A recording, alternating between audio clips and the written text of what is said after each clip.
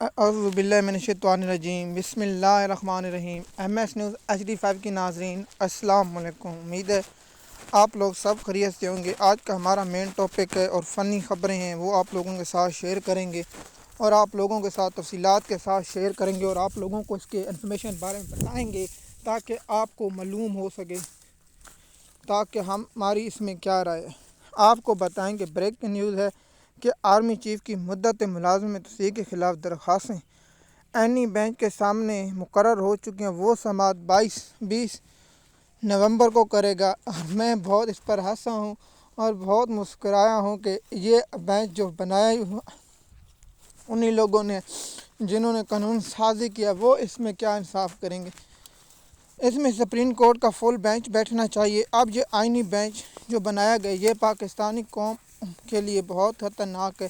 یہ صرف انصاف تو میرے خیال میں یہ نہیں کرے گا، لیکن یہ کیس مقرر نہیں کرنا چاہیے کیونکہ اس کی ججوں کی اتنی طاقت نہیں ہے۔ میں قوم کو سچ بتا رہا ہوں، ججوں میں اتنی طاقت نہیں کہ کیس کو ختم کریں، اور یہ درخواست بھاری جرمانے کے ساتھ مسترد کر دی جائے گی اور اس پر جرمانہ کیا جائے گا۔ اور دیکھیے اس کے انٹر اپیل کا کوئی پروسیجر نہیں اور یہ کام چلے گا۔ پچھلی بار جو سپریم کورٹ کے جج یحییٰ افریدی صاحب پر میں تھوڑا سا بات کروں گا، اور اس کے بعد جو 14 اور 15 کو جو آئینی بینچ نے سماعت کیا اس کی تفصیلات آپ لوگوں کے ساتھ شیئر کریں۔ میں نے کہا یہ آرمی چیف کی جو مدت ملازمت توسیع کی درخواست مقرر ہوئی ہے وہ آپ کو بتا دوں گا، جس میں کچھ نہیں کہ یہ درخواست 21 یا 22 کو خارج ہو جائے گی اور جرمانے کے ساتھ۔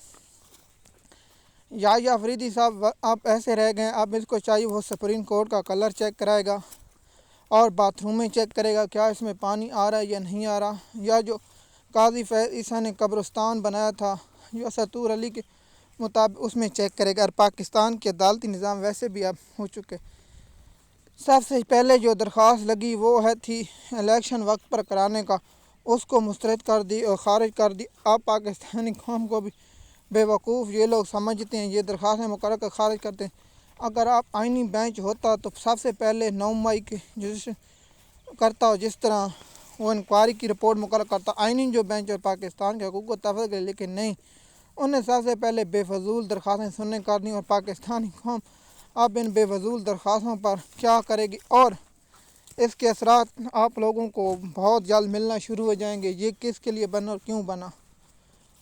اور دوسرا جو سب چیزیں آپ جانتے ہیں کہ آئینی بینچ صرف پیپل پارٹی اور نون لیگ کے مفاد کے لیے بننا ہے، اور آپ لوگوں کو معلوم ہوگا آئینی بینچ سے کوئی ابھی تک کوئی خاص بڑا کیس مقرر نہیں۔ سب سے بڑا جو آپ دیکھتے ہیں کہ آئینی ترمیم کا یہ بینچ سنے گا، اب بہت سی ہو چکے ہیں۔ اور دوسری خبر میں آپ لوگوں کو بتاؤں گا، لیکن دیکھتے ہیں کہ سپریم کورٹ کا فل بینچ سنتا ہے یا اسے آئینی بینچ سنتا ہے۔ اگر کل اور پرسوں اس کی کاسٹ لسٹ نہیں آتی تو پھر آپ لوگوں کے ساتھ میں انفارمیشن شیئر کر دوں گا کہ آئینی ترمیم پر تمام جج لیٹ گئے ہیں یا نہیں لیٹے۔ اس پر آپ لوگوں کے ساتھ میں وہ انفارمیشن شیئر کر دوں گا تاکہ آپ لوگوں تک معلومات ہمارا کام ہے پہنچانا۔ دیکھتے ہیں اب اس پر کیا بنتا ہے۔ یہ جو آرمی چیف کی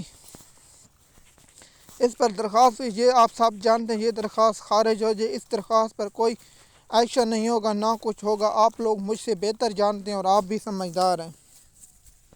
ایسی درخواستیں نہ عدالت میں سننے کی جرات ہے، نہ پاکستانی عدالتوں۔ ان ججوں میں درخواست، ہاں اگر اسلام آباد ہائی کورٹ کے 5 ججوں سے وہ سن سکتے، 2 ججوں کو نکال کر 2 جج عامر فاروق اور میاں حسن گل اور رمزیب صاحب سے نکل کر وہ آپ لوگوں کو اس کی تفصیلات بعد میں شیئر کریں گے۔ اب دیکھتے ہیں، اب جو ہماری تیسری جو میں پہلے بتانا بھول گیا تھا وہ تھا سپریم کورٹ بار جو پورا کشتی صدر کہتا ہے کہ ہم آئینی ترمیم کی حمایت کرتے ہیں اور سیکرٹری کہتا ہے ہم آئینی ترمیم کو مسترد کرتے ہیں۔ اب آئے گا مزہ۔